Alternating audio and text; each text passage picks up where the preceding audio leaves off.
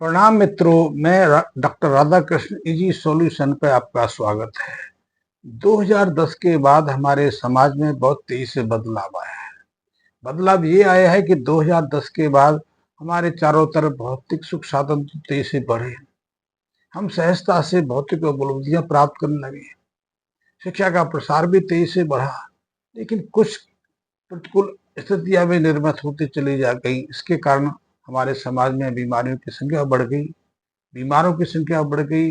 अकारण ऐसे ऐसे रोग हमारे सामने आने लगे जिन रोगों के विषय में हमने पहले कभी सुना नहीं था, इनके विषय में हम कभी जानते नहीं थे, लेकिन अकारण वो रोग आज हमारे मृत्यु के कारण बनने शुरू हुए। और ऐसे रोगियों की संख्या में बहुत तीव्र गति से वृद्धि होती चलेगी। इतना ही नहीं, 2010 के बाद हमारे जो पारस्पर संबंध होते थे, हमारे घरेलू संबंध होते थे, चाहे वो पति पत्नी का संबंध हो, भाई भाई का संबंध हो, पिता पुत्र का संबंध हो, या मित्रों के साथ संबंध हो, अब वो वैसे संबंध नहीं रहे जो पहले रहते थे। अब उसमें वो व्यवहारिकता नहीं रही जो पहले रहती थी, और उसके कारण हम एक दूसरी स्थिति में सामना करना पड़ रहा है। अब हमारे समाज में वैसी मधुरता नहीं रही, वैसे निकट संबंध नहीं रहे जैसे कि हम हजारों हजारों सालों से देखते आए हैं, पढ़ते आए हैं। और अब तो 2020 के बाद तो एक और स्थितियां बनती जा रही है। अब मैं देख रहा हूं कि आज का युवा भौतिक उपलब्धियों को सहजता से प्राप्त कर लेता है। एक युवा के लिए आज नौकरी पाना, उच्च शिक्षा का प्राप्त कर लेना, कार मकान दुकान सहजता से बना लेना, इंडस्ट्री बना लेना, विदेश चले जाना, विदेश भ्रमण कर लेना, कार खरीदना अब ज्यादा मुश्किल नहीं है। आप तत्काल मकान खरीदने के विषय में सोच सकते हैं। यदि आपकी अच्छी सैलरी है, अच्छी कंपनी में जॉब करते हैं, तो अब सहजता से आपको लोन मिल जाएगा और आप अपने हैसियत के हिसाब से कहीं भी मकान ले सकते हैं। आप बात करते करते किसी भी शोरूम पे जाके कार खरीद सकते हैं। आप क्रेडिट पर आप कंपनियों के माध्यम से किसी भी देश की यात्रा कर सकते हैं। ये सब काम बहुत सहजता से हो गए हैं। यदि आपके घर का बच्चा तीव्र वृद्धि है तो वो सहजता से किसी भी संस्थान में एडमिशन भी ले सकता है। लेकिन मैं देख रहा हूँ कि एक जीवन का प्रमुख अंग है वो अब खतरे में पड़ने लगा है। अब एक पिता के लिए अपनी पुत्री के लिए उपयुक्त वर ढूंढना बहुत मुश्किल हो गया है। इसी तरह एक पिता के लिए अपने पुत्र के लिए सुशील कन्या ढूंढनी बहुत मुश्किल हो गई है। और इसीलिए अब धीरे धीरे युवक युवतियों की उम्र बढ़ती जा रही है, लेकिन वैवाहिक कार्य नहीं हो रहे हैं। वैवाहिक जो कार्य है जीवन का प्रमुख कार्य है। इस पर भावी भावी पीढ़ी का जो अस्तित्व है वो बहुत मुश्किल होता जा रहा है। यद्यपि हमारे देश में आज भी 40 से 45 लाख विवाह प्रतिवर्ष होते हैं, उन पर लाखों रुपए खर्च भी करना पड़ता है, लेकिन अब उसको लेकर भी माँ बाप एक तनाव में रहते हैं, क्योंकि इतना पैसा खर्च कर दें फिर भी संशय रहता है कि विवाह के बाद संबंधों में स्थापित रहेगा, मधुरता आएगी, या फिर कोई कारण से अकारण कुछ प्रवृत्तियां पैदा हो जाएंगी, जैसे कि हो रही हैं। एक माँ बाप एक बच्चे को 20, 22, 25 साल तक जतन से पालते हैं, उसकी सुख सुविधाओं का ध्यान रखते हैं, उसे शिक्षित करते हैं, खुद तनावग्रस्त रहते हैं, परेशानी झेलते हैं, नाना प्रकार के क्लेशों से गुजरते हैं, उधार लेते हैं, कर्ज लेते हैं, दूसरों लड़ते झगड़ते हैं, कारण दूसरों के साथ में मुकदमेबाजी में फंसते हैं, बैंक से लोन लेते हैं, उधार लेते हैं, बहुत कुछ अपमानित होते हैं। लेकिन वही बच्चे कुछ समय के बाद फिर उनके विरोधी बन जाते हैं, एक स्वच्छंद व्यवहार अपनाना शुरू कर देते हैं। ऐसी घटनाएं आप नियमित रूप से देख रहे हैं। लेकिन मैं जिस तरफ आपका ध्यान आकर्षित करने लगा हूँ वो है कि आज व्यक्ति का सामाजिक जो संबंध है वो खतरे में पड़ने लगे, चाहे पिता पुत्र का संबंध हो, गृहस्थ का संबंध हो, या पति पत्नी का संबंध हो। वैवाहिक कार्यों में अकारण विघ्न बाधाएं खड़ी हो रही हैं। इसलिए आपको चारों तरफ ऐसे युवक युवतियां मिल जाएंगे, 36 से ऊपर हो गए, 35 से ऊपर, कई तो 40 से ऊपर हो गए। अर्निंग ठीक है, नौकरी अच्छी है, व्यवसाय अच्छा है, लाखों रुपए प्रतिमास का पानी लेते हैं, लेकिन उनके लिए उचित जीवन जीवन साथी ढूंढना मुश्किल हो गया है। या वैवाहिक कार्य हो जाते हैं, वैवाहिक कार्यों में पहले हफ्ते, पहले महीने या पहले वर्ष में विघ्न बाधाएं खड़ी हो जाती हैं।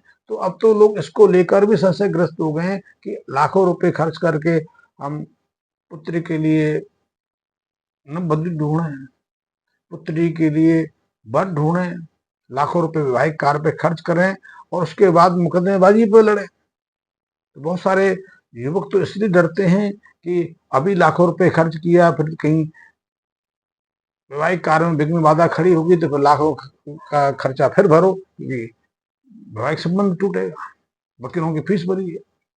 ये दुष्चक्र भी अब लागू हो गया है। वैसे वैवाहिक कार्यों को के भी कई रूप सामने आने लगे हैं। अब तो समाज में ऐसे ऐसे युवक युवतियों को साथ रहने की संख्या भी निरंतर बढ़ती जा रही है, जिसे हम आज से कुछ वर्ष पहले नामुश्किल मानते थे, जिसको लिव इन रिलेशन कहते हैं।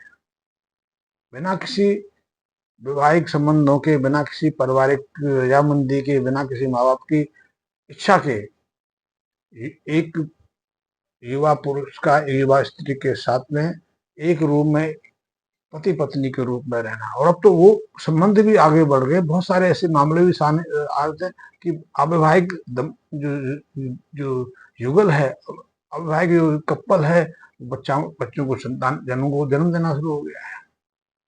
और सरकार ने अब मान्यता भी देना शुरू कर दी।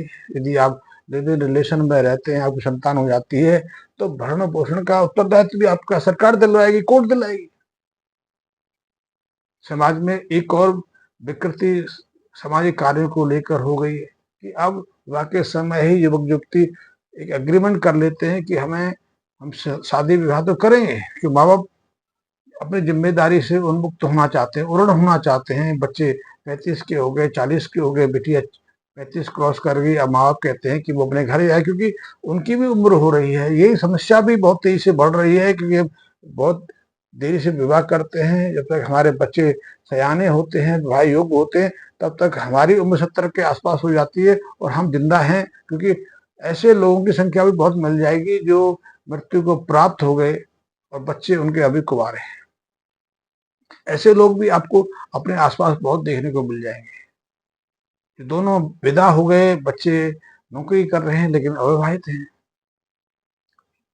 तो ये समस्या भी आ रही है। तो विवाह का एक रूप सामने और भी आ रहा है कि अब बहुत सारे युवक माँ बाप के प्रेशर में आकर या स्वेच्छा से अपने लिए जीवन साथी भी ढूंढ लेते हैं, वैवाहिक कार्य भी संपन्न कर लेते हैं, चाहे वो कोर्ट में जाके करें, लेकिन उससे पहले के एग्रीमेंट भी कर लेते हैं कि हमने विवाह के बाद संतान को पैदा नहीं करना, संतान को जन्म नहीं देना, हम चाइल्डलेस मैरिज करेंगे। लेकिन मुझे समझ नहीं आता कि ये समस्या कहाँ से है, क्योंकि वैवाहिक कार्य करना है। आपने जो मकान, दुकान, जो फ्लैट, जो अपार्टमेंट बनाया है, आखिर उसका भी तो कोई होना चाहिए, क्योंकि आप अमर नहीं है। आज आप यदि 35-40 के हैं, आप अपने को अभी कुंवारा मानते हैं या फिर सोचते हैं कि आप उम्र, लेकिन क्या 40-42 के बाद आप व्याधिग्रस्त नहीं होंगे, बीमार नहीं होंगे, या आपको हार्ट अटैक नहीं आएगा, या दूसरी बीमारी जो दो और औरों को लग रही है, क्या आपको नहीं लगेगी? क्योंकि आपके पास धन अवश्य हो सकता है, धन से आप चिकित्सा अवश्य करा सकते हैं, रोग का उपचार ले सकते हैं, लेकिन अमर नहीं हो सकते, स्वास्थ्य नहीं खरीद सकते। आप अपने चारों तरह से बहुत लोगों को देखेंगे जिन्हें अपने हृदय के अंदर, हार्ट के अंदर स्टेंट डलवाए हुए, स्वास्थ्य थोड़ी है वो। दिन भर दवाई खाते हैं, दिन भर उपचार कराते हैं, बीपी नापते हैं, ब्लड टेस्टिंग कराते हैं, डॉक्टर से कंसल्ट करते हैं, और महीने 2 महीने में हॉस्पिटलाइज हो जाते हैं। वो स्वस्थ कैसे हैं बताओ? लेकिन स्वस्थ अनुभव करते हैं। दिन भर बहुत सारे लोग आपको अपने परिवार में मिल जाएंगे जो मुट्ठी भर दवाएं खाते हैं, स्वस्थ हैं, दुकान में बैठे हुए हैं, लेकिन दुकान में बैठे बैठे पता नहीं कब उनको क्या अटैक आ जाए। तो ऐसे में हम तो सोचते हैं कि पैसे के बल पे एंजॉय किस चीज का करेंगे बताओ? यदि मान लें कि एंजॉय करना हम सेक्स को कहते हैं, तो सेक्स की क्षमता क्या आप में अलग आ जाएगी? क्योंकि सेक्स के लिए भी लोग मादक द्रव्यों का सेवन करते हैं, बहुत सारी दवाओं का सेवन करते हैं, बहुत सारे स्प्रे यूज करते हैं, पता नहीं क्या क्या कुछ करते हैं। आयुर्वेद में तो या यूनानी में तो मुख्य आधार ही इन्हीं का था, पौरुष शक्तिवर्धक दवाओं का। लेकिन अब एलोपैथी ने भी ये पैटर्न बदल लिया, और आप जानकर आश्चर्य होंगे, किसी भी केमिस्ट के पास जाइए, इतने मरीज जीवन रक्षक दवाओं को खरीदने आते हैं, उतने ही मरीज सेक्स शक्तिवर्धक दवाओं को खरीदने के आते हैं। दवा कई तरह की दवाएं खरीदते हैं। तो वो भी आप मतलब समझो कि पैसे से उसको भी खरीदोगे। पैसा आपके पास कितना भी अधिक हो, आज यदि आप 50 लाख रुपए प्रतिदिन प्रति माह कमाते हैं या 50 लाख रुपए का पैकेज है आपका, तो आप ये नहीं सोच सकते कि आप जो 20 लाख कमा रहा है, 10 लाख रुपए का पैकेज ले रहा है, उससे ज्यादा आपकी आयु है। हाँ, उपचार ले सकते हैं आप, महंगे से महंगे अस्पताल में महंगे से महंगे डॉक्टर के पास जाके उपचार करा सकते हैं, लेकिन जीवन मिले, दीर्घ आयु हो जाए, आयु बढ़ जाए, ये सब पर चल रहा है।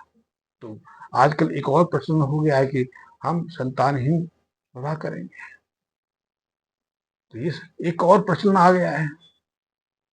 और आप देखेंगे कि महीने 2 महीने में हमारे देश का कोई ना कोई जुडिशरी, कोई ना कोई मिनिस्ट्री ये लॉ पास कर देंगे, कानून बना देंगे, और हो चुका है कि एक दंपत्ति, एक वैवाहिक दंपत्ति में से कोई एक, चाहे वो पत्नी हो या पति हो, पत्नी यदि अपने प्रेमी को साथ में रखना चाहे तो वो बाध्य है, पति उसका ऑब्जेक्शन नहीं उठाएगा, उसको साथ रखने में व्यवस्था पूर्वक सहयोग करेगा। यदि पुरुष है, पुरुष पति है, यदि उसकी कोई प्रेम का है, कोई स्त्री उसके प्रेम में फंसी हुई है और उसको वो साथ में रखना चाहे, तो उसकी जो पत्नी है इसका विरोध नहीं करेगी। प्रश्न शुरू हो गया है, लिव इन रिलेशन तो है ही है।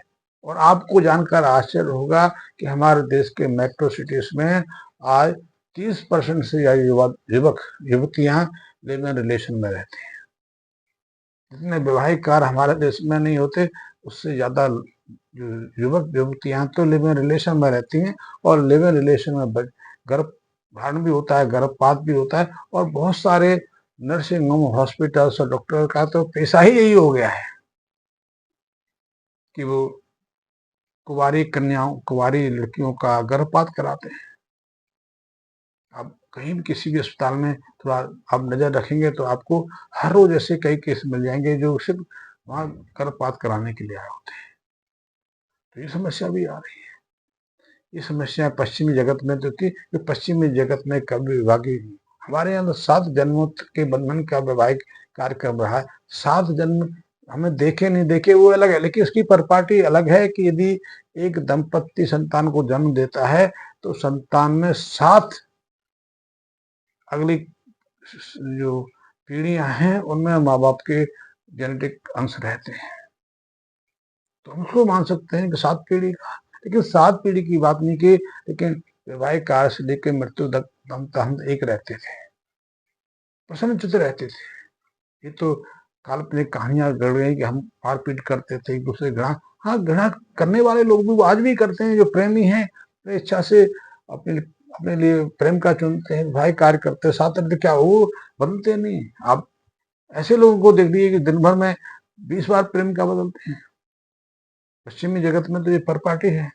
तो ये समस्या भी तेजी से बढ़ रही है, क्योंकि हम अस्थिर बुद्धि के हो गए हैं, हमारा मन अस्थिर हो गया है, हम चलायमान प्रवृत्ति के हो गए हैं, क्योंकि हम अब अपने मन को एक चीज पर केंद्रित नहीं कर पाते, हम आनंद में नहीं रह रहे हैं, हम संतोष के भाव से नहीं रह रहे हैं, सिर्फ संतोष हमें बना लिया है।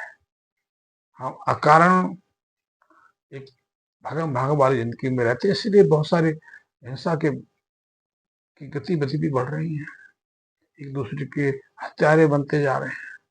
अकारण प्रेम का प्रेम भी की हत्या कर लेती है, और प्रेमी अकारण किसी प्रेम का को पहाड़ पे ले जाके, किसी नदी पे ले जाके, नाले पे ले जाके अकारण फेंक देता है, कुएं में फेंक देता है। ये घटना में निरंतर चल रही है। और जो ऐसा नहीं कर पाते वो चाकू से, रिवॉल्वर से हमला कर देते हैं, गर्दन काट देते हैं, ये पेट्रोल भी तेजी से बड़ा कुछ जहर दे देते हैं।